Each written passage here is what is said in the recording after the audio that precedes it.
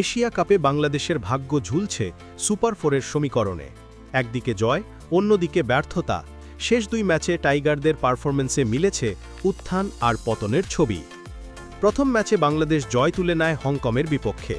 Opener Liton Das খেলেন ঝলমলে অর্ধশতক, আর তার ইনিংসের ওপর ভর করেই টাইগাররা সহজেই 7 উইকেটে ম্যাচ জেতে। যদিও বোলিংয়ের শেষ দিকে কিছুটা রান খরচ হয়েছে, তবুও ম্যাচে আধিপত্য দেখাতে পেরেছিল বাংলাদেশ। কিন্তু পরের ম্যাচেই শ্রীলঙ্কার বিপক্ষে বদলে যায় সব চিত্র। ব্যাটিংয়ে শুরু থেকেই চাপের মুখে পড়ে বাংলাদেশ। ওপেনাররা ব্যর্থ হয়, মিডল অর্ডারও বড় ইনিংস খেলতে পারেনি। বোলাররা প্রথম দিকে শৃঙ্খলাপূর্ণ বোলিং করলেও ডেথ ওভারে ছড়িয়ে পড়ে রান।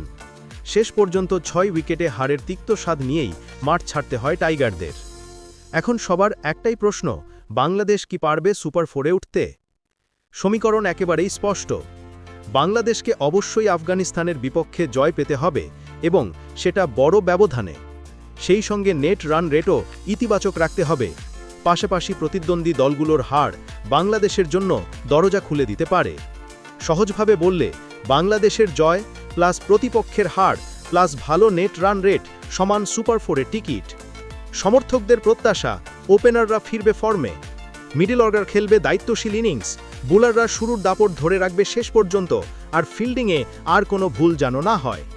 এখন অপেক্ষা, টাইগাররা কি পারবে সমীকরণ মিলিয়ে সুপার ফোরে জায়গা করে নিতে, নাকি আবারও হতাশ করবে কোটি সমর্থককে?